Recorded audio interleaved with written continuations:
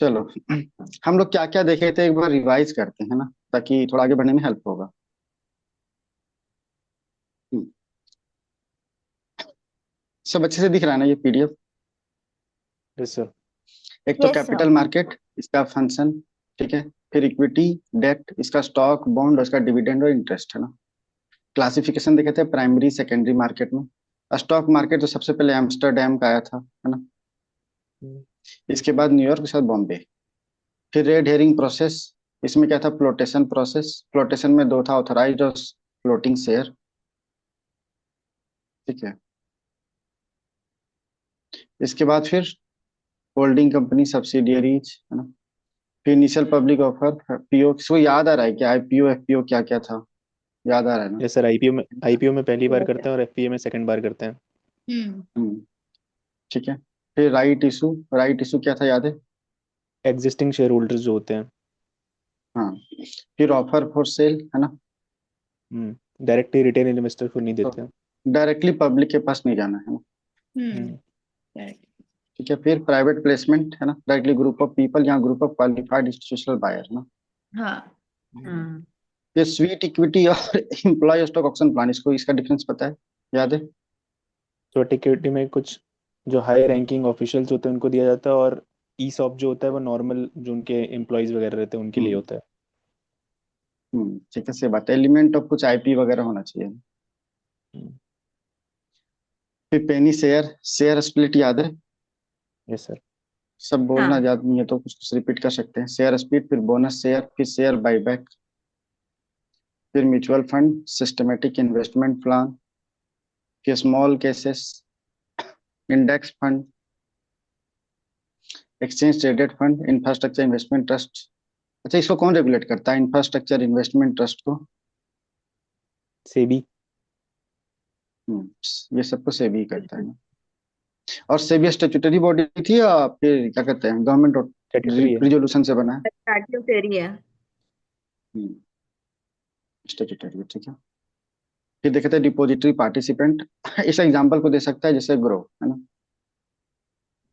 ठीक है। फिर वो भी है ना, निखिल का मतलब क्या है, जीरोधा। विरोधा। ठीक है, शेर खान, ये सब, ठीक है। फिर यहाँ देखे थे हम लोग, क्या क्या देखे थे, ट्रेड पोजीशन, पोर्टफोलियो, याद आ रहा है ना, इंट्राडे हम्म। Yes sir. हाँ। और डेली। डिलीवरीज, है ना। हम्म। ठीक है, चलो। फिर सेटलमेंट साइकिल देखा था ना। हम्म। अरे यहाँ डिपॉजिटरी पार्टिसिपेंट नहीं, सिर्फ डिपॉजिटरी होना चाहिए, ठीक है, तो काट देना। ये गलत टाइपिंग है मेरे से। चलो ठीक है। अब तो आगे बढ़ते हैं। तो हम लोग क्या क्या देख लिए देखो तो। ये मान लो स्टॉक एक्सचेंज है, ठीक है। मैं जा रहा हूँ करने के लिए, पर्सन हो गया यहाँ पे। तो डायरेक्ट तो डीमेट अकाउंट खुल नहीं सकता, तो किससे खुलेगा? डिपॉजिटरी पार्टिसिपेंट से, है ना। ब्रोकर। अच्छा। हाँ, इसी को ब्रोकर या डिपॉजिटरी पास दोनों बोल सकते हैं, हम्म। ठीक है। और फिर यहाँ पे एक होगा जो अकाउंट खुल रहा है ना। और ये इसको रखेगा कौन, तो एक डिपॉजिटरी होता है जो रखेगा सारा कुछ, है ना। ठीक है, इलेक्ट्रॉनिक फॉर्मेट में। तो इसमें जो होता है ना वो दो है। एक तो बॉम्बे स्टॉक एक्सचेंज है, ठीक है, और दूसरा नेशनल स्टॉक एक्सचेंज, दोनों में अलग अलग है, ठीक है। जो बॉम्बे स्टॉक एक्सचेंज में, इसका नाम है सेंट्रल डिपॉजिटरी सर्विसेज लिमिटेड, ठीक है। और जो नेशनल स्टॉक एक्सचेंज में है उसका नाम है नेशनल सिक्योरिटी डिपॉजिटरीज लिमिटेड। देखो, सेंट्रल डिपॉजिटरी, है ना, सर्विसेज लिमिटेड, उसे खाली याद रहने से काम चल जाएगा, ऑप्शन तो वहां देगा, है ना। नेशनल सिक्योरिटी डिपॉजिटरी लिमिटेड, यहाँ सिक्योरिटी पहले आता है, यहाँ एस फॉर सर्विसेज है, थोड़ा याद रखना, ठीक है। चलो, अच्छा एक बात बताओ, तो कितना ये जो डिपॉजिटरी है, ये डिपॉजिटरी पार्टिसिपेंट है, वो दो को लिंक करता है या तीन को? तीन को, है ना। एक तो स्टॉक एक्सचेंज को लिंक किया, ये पर्सन स्टॉक एक्सचेंज से खरीदना चाह रहा है ना। और ये कैसे जाएगा, ये खरीदेगा कहाँ पे, इसके अंदर खरीदेगा, और ये किसी डील कर रहा है इससे, तो ये तीनों को लिंक कर रहा है, समझ में आ रहा है क्या? Yes sir. यस। ये समझ में आ रहा है कि नहीं यस आया हम्म। किसी को तो बताना, सर। ठीक है। चलो, मार्केट भी दो तरह का होता है ना। एक तो बुल मार्केट, दूसरा बियर मार्केट, है ना। बुल मतलब अब शेयर प्राइस हाँ, इंक्रीज करते जा रहा है, हम्म, ठीक है। और बियर मतलब जब डाउन चल रहा है ना, तो जब डिक्रीज हुआ तो बियर और इंक्रीज हुआ तो बुल, ठीक है। अच्छा, लीवरेज का मतलब याद है क्या किसी को? Yes sir. क्या था एक्स्ट्रा लीवरेज का लो, मतलब? जब लोन लोन लेना वाला, ताकि टैक्स मिलते रह जाए एक्स्ट्रा, आगे। हाँ, लोन मिलना, लोन लेना है ना, ताकि मैं रिटर्न इंक्रीज हो सके, है ना। चलो, अब आते हैं डेरिवेटिव। नाम ही है ना डेरिवेटिव, मतलब क्या है, वैल्यू डिराइव करेगा, है ना। तो इसका मतलब हुआ कि इसका अपना कोई इंट्रिंसिक वैल्यू नहीं। जैसे मान लो गोल्ड है, तो हम आरबीआई को गोल्ड दिए और आरबीआई इसके बदले में हमको एक बॉन्ड दे दिया, है ना। तो इस बॉन्ड का अपना कोई वैल्यू होगा? कोई वैल्यू नहीं होगा बिना इस गोल्ड के, है ना। मतलब इसका जो वैल्यू डिराइव हो रहा है इस गोल्ड से डिराइव हो रहा है, ये समझ में आया? तो ये यस सर। कहलाएगा डेरिवेटिव, ठीक है। अब डेरिवेटिव यूज क्यों करते हैं, जरूरत क्या पड़ा? तो मान लो कि दो कंपनी है ना, कंपनी ए है, इंडिया में है ये, और कंपनी बी है, ये यूएसए में है। अब इसने एक प्रॉपर्टी सेल किया, मान लो कुछ प्रोडक्ट सेल किया, ठीक है, सेल किया, इसके बदले में इसको $1000 मिलने थे, ठीक है। तो तुरंत तो सामान पहुंचेगा नहीं ना, मान लो 10 दिन में पहुंचेगा, इसके बाद ये पेमेंट करेगा ना, तो इसको पैसा कब आएगा? 10 दिन बाद आएगा ना। ये समझ में आ रहा है? हम्म, ठीक है। यस। अब मान लो कि जिस दिन सेल किए उस दिन $1 बराबर 87 है, तो इसको पैसे कितने मिले थे? 87,000, इतने रुपए मिलने थे। लेकिन ये डॉलर में पे करेगा, ठीक है। ये रुपीज में दिया है, लेकिन जाएगा इसके पास डॉलर में। अब उससे मान लो $1 बराबर मान लो कि 85 आ गया, तो इसको एक्चुअल में पैसा कितना मिला? 85,000। तो रिस्क हो गया ना। ये समझ में आ रहा है? हम्म, यस सर। तो इस रिस्क को मिनिमाइज करने के लिए कॉन्ट्रैक्ट साइन होता है, ठीक है। कि हम तुमको ये रिसिप्ट दे देंगे, इसके बदले में तुम हमको बाद में 87,000 रुपीज दे देना। ये समझ में आया? हम्म, यस। इसी का यूज, इसमें यूज करते हैं डेरिवेटिव्स का, ठीक है। और जो ये जो कॉन्ट्रैक्ट साइन होता है ये फ्यूचर डेट के लिए साइन होता है, ठीक है। डेट भी फ्यूचर और अमाउंट भी फिक्स, है ना। इसको बोलते हैं फॉरवर्ड कॉन्ट्रैक्ट। ये समझ में आया? Yes sir. Yes. Yes sir. ठीक है। कुछ नहीं समझ में आएगा तो पूछना, है ना।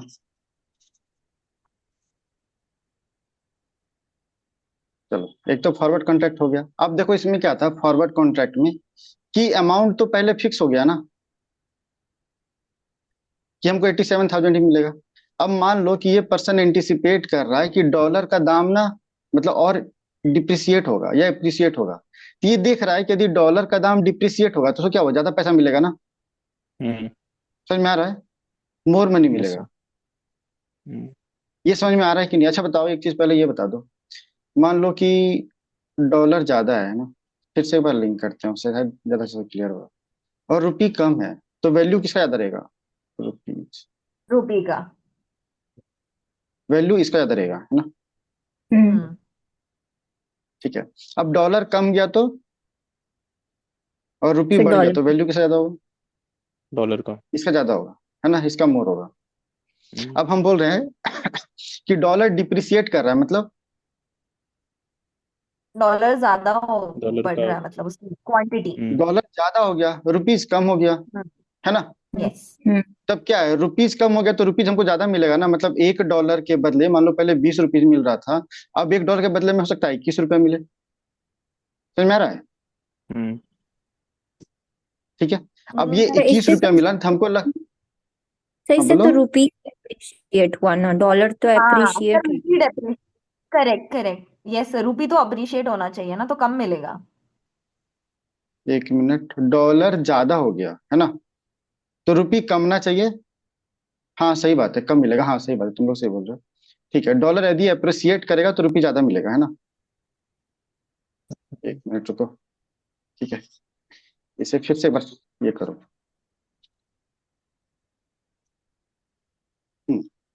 डॉलर अप्रिसिएट किया, है ना, तो रुपी क्या होगा? वैल्यू। Depreciate depreciate. करेगा। उसका वैल्यू बढ़ जाए रुपी मतलब 90 से डिप्रिसिएट 20 करेगा, है ना। और हम्म डॉलर डिप्रिसिएट हाँ करेगा तो रुपी रुपये का अप्रिशिएट। value। रुपया appreciate रुपी होगा। अप्रिसिएट करेगा, है ना। अप्रिसिएट करना मतलब क्या हम्म होगा? 1 रुपी ज्यादा डॉलर खरीद सकता है, हम्म यही हुआ ना मतलब। तो yes sir. Yes sir. 1 rupees बराबर मोर डॉलर। तो मतलब हम्म हुआ $1 के बदले में पहले 1 रुपीज था, तो अब हम्म चेंज होने के बाद 1 रुपीज बराबर कितना डॉलर मिलेगा हमको? 1 पॉइंट कुछ। $1। हम्म। हम्म मान लो, ठीक है। हम्म मतलब $1 बराबर कितना हुआ? रुपीज बढ़ जाएगा कि घटेगा? इसको बताओ तो। 112/10 इंटू बराबर 1 रुपीज, है ना। तो घट जाए। डॉलर बराबर कितना हो जाएगा? 1 रुपीज इंटू 10/12 डिप्रिसिएट हो जाएगा ना। 0.8 तुम लोग हो अब सही जाएगा, बोल, करेक्ट। अब समझ, हाँ अब तुम लोग सही बोल रहे थे, ठीक है। तो यहाँ पे डॉलर जो है सो डिप्रिसिएट हो जाएगा, अप्रिसिएट होगा, ठीक है। तो क्या हुआ कि एकाएक रुपीज का वैल्यू कम, उसको लग रहा है कि रुपये रुपीज ज्यादा मिल सकता है, एंटिसिपेट कर रहा है ना कि हमको मोर रुपीज मिलेगा। तो क्या चाहेगा कि स्टॉक एक्सचेंज वाला चले, है ना। यही चाहेगा ना कि प्राइस डेली चेंज होना चाहिए फिर, यदि हमको ऐसा लग हम्म रहा है तो। ये समझ में आ रहा है क्या बोल रहा हूँ? Yes sir. यस। एक बार फिर से समझाते हैं, लिंकिंग खत्म हो गया हुआ शायद।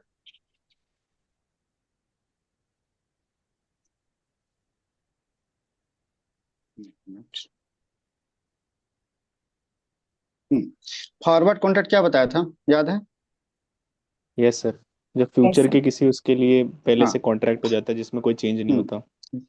जो फ्यूचर कॉन्ट्रैक्ट है ना, मान लो आज 1 फरवरी है और ये एग्जीक्यूट होना है 20 फरवरी को, तो डेट फिक्स, है ना। और यदि मान लो कि 86,000 मिलना था, तो 86,000 रुपीज पे ये फिक्स है ना।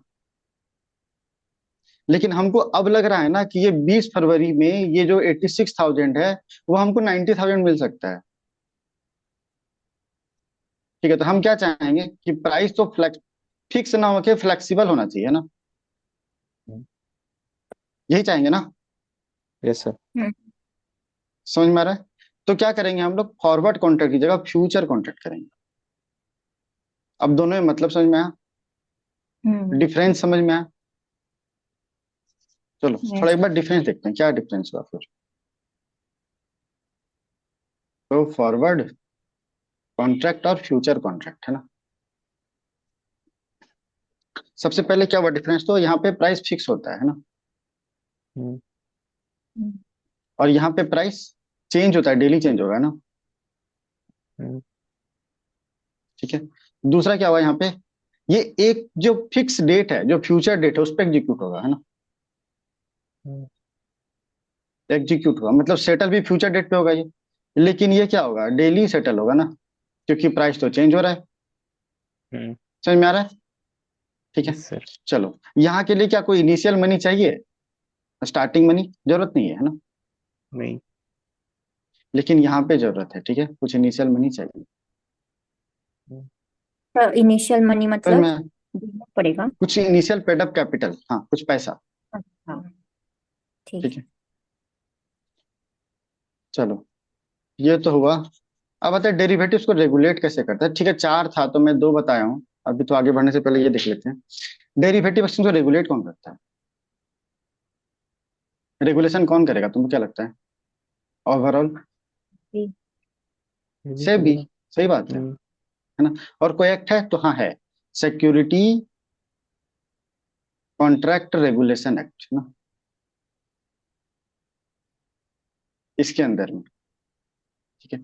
इसका काम क्या है, क्या लगता है तुम लोग को, क्या काम होगा? रेगुलेट करना, है ना, कि कोई अनडिजायरेबल ट्रांजेक्शन ना हो सके। समझ में आ रहा है? हम्म हम्म, यह समझ में आया? Yes sir. ठीक है। तो अभी क्या किया गया है, इस एक्ट को थोड़ा अमेंड कर दिया गया है ना, कि जो पब्लिक इंडियन कंपनी है ना, वो gift IFSC international financial services centre authority, यहाँ पे डायरेक्टली लिस्ट हो सकता है। इसको बाद में भी देखेंगे आईएफएससी को, अभी तो इतना देखो, ठीक है। यहाँ तक समझ में आया कि नहीं आया, एक बार फिर बताऊं। आया। आया सर। आ गया। सब कुछ समझ में आया? हम्म चलो, यदि समझ में आया तो मुझे डिफरेंस बताओ, कौन बता रहा है? रेणुका तो डिफरेंस बता सकती है, फॉरवर्ड और फ्यूचर कॉन्ट्रैक्ट का डिफरेंस। हाँ, फॉरवर्ड वाला जो होता है उसका प्राइस फिक्स्ड होता है, फ्यूचर वाले का चेंज होता रहेगा। और फॉरवर्ड के लिए इनिशियल ये कोलेटरल नहीं चाहिए, फ्यूचर वाले के लिए चाहिए। और कोलेटरल थर्ड नहीं, हाँ पॉइंट, ठीक है, इनिशियल मनी चाहिए था। थर्ड पॉइंट मैं भूल गई। और डेली सेटल होता है, थर्ड ये डेली सेटल होगा या वो फ्यूचर सब डेट, फॉरवर्ड फिक्स्ड? नहीं, फ्यूचर डेट पे होगा और वो फ्यूचर फ्यूचर वाला डेट डेली हो। होगा। ये डेली सेटल होगा, है ना? ठीक है। हम्म, और बिल बुल और बियर मार्केट में डिफरेंस बता सकती है सोनाली तुम?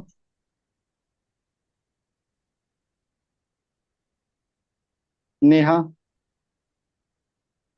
आकांक्षा, खुशबू? सब बेयर में मार्केट में गिराव होता है और बुल में उछाल होता है। हाँ सही बात है, ठीक है, बियर में तो डाउन हो जाएगा, है ना? बुल मतलब हाँ, अप जाएगा। उछाल जनरली होगा। 20% हाँ ठीक है चलो। से ज्यादा होता है तो। हाँ ठीक है चलो। अब आते हैं डेरिवेटिव देख लिए थे। अच्छा एक बार चीज बताओ, एक टर्म आता है ओवर द काउंटर, इसका मतलब हम लोग क्या समझते हैं? ओटीसी हम लोग हर बार पढ़ते हैं। ओटीसी मतलब क्या? मतलब नॉर्मली जाके किसी से ट्रांजेक्शन लेते हैं, हाँ, शॉपकीपर जैसा हो गया। शॉपकीपर जैसे ही बात है, जैसे हम लोग को मेडिसिन लेना है ना, तो मेडिसिन हम लोग जोमेटो से मंगा लिए, तो ये ओवर द काउंटर हुआ या नहीं? नहीं। कोई बता रहा है ये ओवर द काउंटर हुआ?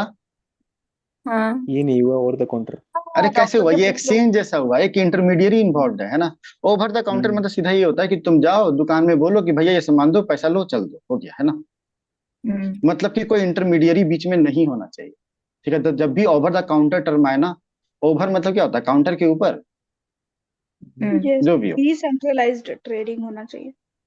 हाँ ठीक है, तो इसका मतलब जो भी हो, मैं हिंदी देख रहा था, मतलब इतना ही है कि एक्सचेंज अवेलेबल नहीं है, कोई इंटरमीडियरी अवेलेबल नहीं है, तो सीधा मतलब हो गया ओवर द काउंटर, है ना? बीच वाला कोई नहीं। ठीक है चलो, अब तो हम लोग क्या देखे देखे थे? डेरिवेटिव देखे। ठीक है, डेरिवेटिव देखे कि वैल्यू डिराइव होता है किसी चीज से, है ना? उसके बाद डेरिवेटिव में रूल देखे, रेगुलेशन कैसे होता है। ठीक है, उसके बाद क्या देखे? सेबी था ना, एक्ट का नाम किसी को याद है? एक्ट क्या था? Security contract SCRA, regulation security act. Contract regulation act. Contract regulation act. अच्छा, क्या public company, public Indian company direct Gujarat IFSCA में लिफ्ट, ये हो सकती है, लिस्टिंग कर सकती है? यस। कर सकती है। हाँ अभी तो बताया ना, ये करंट अफेयर था। एक ही दो टर्म कंट्रैक्ट, ये करंट अफेयर होता है, बाकी सब स्टैटिक ही होता है। ठीक है चलो, इसके बाद टाइप देखे थे डेरिवेटिव का, तो दो ही टाइप देखे हैं, बाकी देखना। एक तो पहला क्या देखे थे? फॉरवर्ड, है ना? फॉरवर्ड। हाँ, फॉरवर्ड दूसरा फ्यूचर। फ्यूचर देखे, है ना? चलो तीसरा देखते हैं, ऑप्शन। ठीक है, ऑप्शन। देखो नाम ही है कि तुमको हम ऑप्शन दे रहे हैं, है ना? तुम्हें ऑप्शन मिल रहा है। अब ऑप्शन में क्या है कि तुम्हारे पास अधिकार तो है, कि राइट है तेरे पास कि तुम खरीद सकता है, लेकिन ऑब्लिगेशन नहीं है खरीदने का, ना ही बेचने का। मतलब जैसे मान लो फार्मर है ना, और मैं चाहता हूँ, या पेप्सिको कंपनी चाहती है कि इसे खरीदे, एक मिनट इसको हटा देता हूँ, है ना? पेप्सिको कंपनी चाहती है इसे खरीदे, तो इसने कॉन्ट्रैक्ट साइन किया कि हमको 200 kg पोटैटो दे देना। ठीक है, किसी फ्यूचर डेट में, मान लो 1 फेब आज, तो 20 फेब को। ठीक है, तो ये इसको अधिकार है, राइट है इस पेप्सिको कंपनी में से किसे पोटैटो खरीद लेगा, और पोटैटो के पास, ये फार्मर के पास भी राइट है कि इसको सेल कर देगा, है ना? लेकिन ऑब्लिगेशन नहीं है, मतलब जरूरी नहीं है, इससे पहले इसको प्रॉफिट मिल गया ना इससे ज्यादा, तो इसको बेच देगा किसी और को। ये समझ में आया? Yes sir. यस। मतलब ऑब्लिगेशन नहीं है। ऑब्लिगेशन का हिंदी क्या होगा, जो भी है पता नहीं, बाध्य तो बता नहीं। रहे? बाद दिन बाइंडिंग हाँ नहीं है। बाध्य बाद नहीं, बाइंडिंग नहीं है, बाध्य नहीं। ऑब्लिगेशन नहीं है लेकिन राइट है। ठीक है, तो ये हो गया ऑप्शन। अब ऑप्शन भी दो तरह का होता है, एक तो कॉल, दूसरा पुट, है ना? कॉल मतलब बुला रहे हैं ना, मतलब क्या होगा, ये सेल करेंगे या बाय? बाय। Bye, bye. है ना? और पुट बाय। मतलब सेल। जब कंफ्यूजन होना तो देखो दोनों टर्म नजदीक में, सी और बी नजदीक है, और पी और एस नजदीक है एक दूसरे के, है ना? तो ऐसे देख लेना। चलो,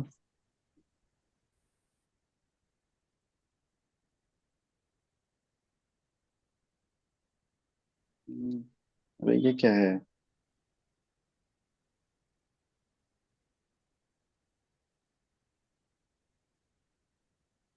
हाँ चलो आगे चलते हैं। यहाँ तक समझ में आया सबको? Yes sir. Yes sir. ठीक है, अब चलते हैं स्वैप। ठीक है, चौथा टाइप है डेरिवेटिव्स का, है ना। पहला हम लोग देखे थे फॉरवर्ड, दूसरा क्या देखे, फ्यूचर, फ्यूचर। फ्यूचर। है ना। तीसरा क्या देखे, ऑप्शन। ऑप्शन। ऑप्शन का हिंदी क्या होगा रे? क्या होगा? विकल्प। जो भी होगा, हम्म। तो बता रहा है, आरती बता पर्याय। रही है। विकल्प। विकल्प होगा। हाँ विकल्प, हाँ ये सही बात है। ठीक है, और इसका हो गया कॉल और पुट, है ना। और चौथा आते हैं स्वैप। स्वैप। हाँ, स्वैप को समझना बड़ा आसान है।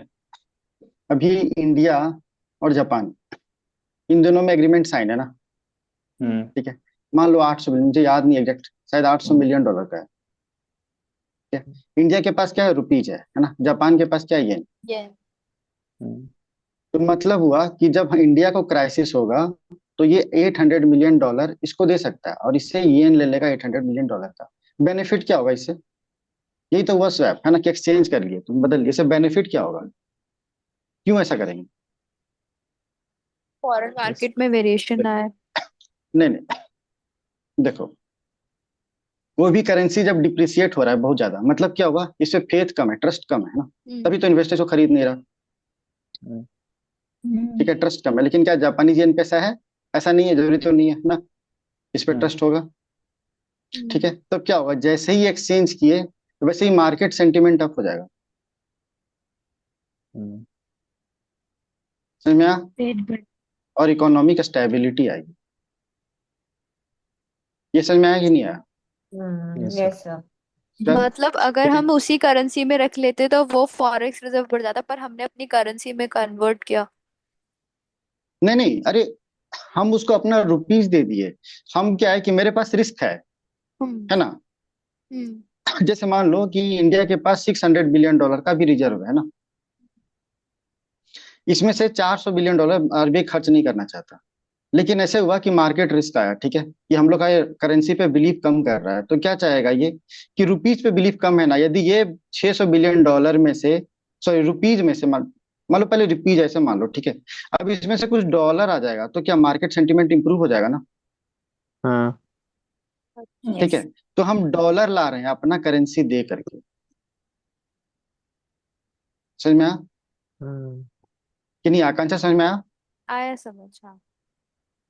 नहीं आया तो दोबारा बता देता हूँ, कोई दिक्कत नहीं है। मतलब मार्केट में अपनी करेंसी पे ट्रस्ट नहीं है, इसलिए दूसरे की करेंसी से। हाँ, जिसपे ट्रस्ट है उसको ले आए। ओके। ठीक है, इससे होगा क्या? ठीक है, एक तो पहले कि मार्केट हम लोग का इंप्रूव होगा ना, मार्केट सेंटीमेंट इंप्रूव होगा। तुम देखना कि जब श्रीलंका क्राइसिस आया था, बीओपी क्राइसिस आया था ना श्रीलंका में, हम्म। तो हम लोग क्या बोले थे कि तुम लोन ले सकता है, लेकिन रुपीज में, श्रीलंकन रुपीज में नहीं, है ना, इंडियन रुपीज में।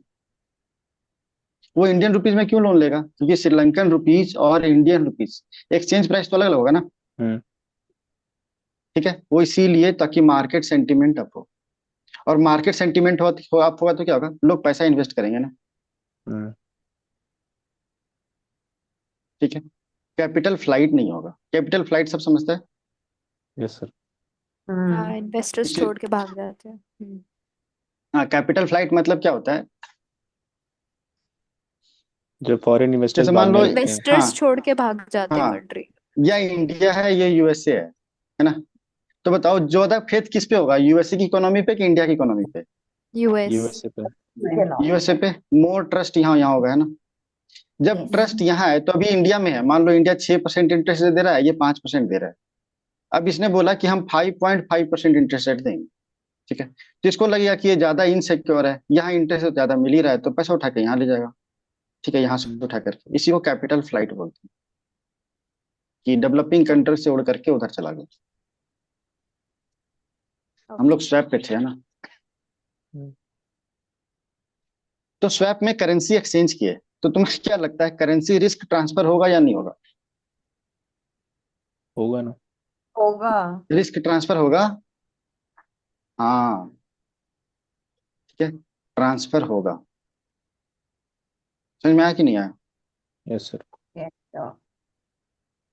ठीक है, पहला कि रिस्क ट्रांसफर हो गया। दूसरा, तुम्हें क्या लगता है बीच में कोई एक्सचेंज होगा नहीं। इन दोनों के नहीं। बीच में? नहीं। हाँ, इन दोनों समझ के बीच में कोई एक्सचेंज नहीं होगा, ठीक है। मतलब ओवर द काउंटर होगा ट्रेडेड, है ना? अच्छा। हाँ। समझ में आया? ये टर्म इसीलिए यस जोड़ रहा था ना, ठीक है ना? चलो, अच्छा, सिर्फ करेंसी में नहीं हो सकता, बहुत कुछ में हो सकता है, जैसे क्रेडिट डिफॉल्ट में भी हो सकता है। क्रेडिट डिफॉल्ट जैसे कि रिलायंस की एक कंपनी डिफॉल्ट कर रही है, तो ये इससे ट्रांसफर हो गया इससे दूसरी कंपनी में, ये इसको पैसा दे दिया, डिफॉल्ट दे दिया, कुछ ऐसे भी। स्वैप मतलब स्वैप कहीं भी हो सकता है, ठीक है, दो तीन जगह मिली होता है, करेंसी, फिर क्रेडिट डिफॉल्ट, एक और होता है भूल गया हूं मैं, ये 3 इंटरेस्ट टाइप्स हैं। देख लेंगे। हाँ, नहीं, ये सब में इंटरेस्ट स्वैप तो ट्रांसवैप हो सकता है, स्वैप हो सकता है, अच्छा। ठीक है, इसका मतलब ये है। अब आते हैं स्टॉक इंडिसेस, ठीक है। स्टॉक मतलब क्या होता है? हम लोग तो स्टॉक स्टॉक हर बार करते रहते हैं, स्टॉक मतलब क्या होता है? Reserve of money. है स्टॉक, अरे इंडिसेस मतलब स्टॉक इंडेक्स हो गया ना, उससे जोड़ो, स्टॉक मार्केट से जोड़ो स्टॉक ओके। यहाँ पे। अच्छा ठीक है। तो यहाँ पे स्टॉक मतलब क्या शेयर। जो शेयर है, ठीक है। जैसे मान लो कि हम जो ट्रेड पोजीशन पोर्टफोलियो, याद है कि नहीं याद है? यस। यस। सर। ठीक है, तो एक्सचेंज होता है जहाँ पे हम लोग शेयर को लिस्ट करते हैं और यहाँ से बाकी सब परचेज करेगा, है ना? ये पूरा हो गया स्टॉक। इंडिसेस में क्या है? इंडिसेस मतलब इंडिकेटर है ना, कंपनी का, ठीक है। जैसे मान लो कि रिलायंस है, इसका एक हो गया, दूसरा जो भी हो, टाटा है तो उसका हो गया, ठीक है। ये सब इसका स्टॉक कहलाता है ना, किस प्राइस प्राइस पे लिस्टेड है, ठीक है। अब ये सब मिला के एक कॉमन बना दिया तो ये हो गया इंडेक्स या इंडिसेस, जो भी बोले, एक है तो इंडेक्स या इंडिसेस, ठीक है। ये समझ में आ रहा है? तो जब भी हम बोले कि स्टॉक इंडिसेस अप जा रहा है, अच्छा तो इसके आगे एक चीज और बताते हैं। इससे दो टर्म आया, एक आया सेंसेक्स और निफ्टी 50, ठीक है। सेंसेक्स पे देखते हैं, सेंसेक्स मतलब क्या होता है, इसका कोई फुल फॉर्म बता सकता है? Sensitive index, sensitive. ठीक है, इसका मतलब सेंसिटिव इंडेक्स होता है, ठीक है। अब सेंसेक्स किसमें है? बीएसई में है ना, बॉम्बे स्टॉक एक्सचेंज में। Yes. Yes Bombay sir. Stock exchange कौन स्टैब्लिश किया था, याद है? 30 कंपनियां थी ऐसा तो। नहीं नहीं, कोई एक बता रहा है? नाम बताया था आपने, सब प्रेमचंद प्रेमचंद। हाँ, रायचंद। अच्छा, प्रेमचंद हाँ, रॉय रॉय सर। और रॉय। हाँ, हाँ। प्रेमचंद रॉय चंद, है ना? और ईयर याद है? 1875। 1875। 1870 ऐसा कुछ था। 1875, 1875, है ना? चलो, तो सेंसेक्स जो है सो बॉम्बे स्टॉक एक्सचेंज से जुड़ा हुआ है, इसमें टोटल कितनी कंपनियां हैं? 30। 30 कंपनीज है। 30। 30। और ये रिवाइज भी होता रहता है 6 महीने में, ऐसा नहीं है, फिक्स है, ठीक है। चलो, अब आते हैं स्टॉक इंडिसेस, बात कर रहे थे, तो क्या है, स्टॉक मार्केट जब अप जाएगा तो इसको क्या बोलेंगे? Bull, bull. है ना? बुल। और जब नीचे जाएगा तो बियर। बेयर। बियर। बियर। अब मान लो कि बुल जाए जा रहा है, मतलब अप जाए जा रहा है 2-3 दिन, तो इसको क्या बोलेंगे? रैलिंग, है ना? अरे रैली निकालता है ना, एक बार, दो बार, तीन बार, खत्म ही नहीं हो रहा है, तो क्या बोलते हैं? Up up up up up हो जा रहा है, तो इसको रैलिंग बोलते हैं। यदि डाउन डाउन डाउन जा रहा है तो क्रैश, ठीक है। और यदि फ्री फॉल हो गया तो टैंकिंग, ठीक है। ये समझ में आया? Yes sir. Yes. Bull bear, है ना? बुल के बाद रैलिंग, और बियर मतलब क्रैश, और आगे एक स्टेप आगे, है ना? और फ्री फॉल हो गया तो टैंक। ये ये फ्री फॉल पीवाईक्यू है। हाँ, फ्री फॉल में टैंकिंग, ये पीवाईक्यू है। फ्री फॉल होता क्या है? हाँ, कुछ बोल रही आप, बोलो। फ्री फॉल क्या होता है सर? फ्री फॉल ये होता है ना, कि कोई रिस्ट्रिक्शन हट गया है। जैसे मान लो कि डाउन हो रहा है, तो मान लो 2% से डाउन हुआ, यहाँ डाउन हुआ तो 10% से, यहाँ डाउन हुआ तो 12% से, ऐसे फ्री फॉल ऐसे ही हुआ कि देखिए एक लिमिटेड में जा रहा है, ठीक है। अब एकाएक ऐसे डाउन था, एकाएक 70% गिर गया,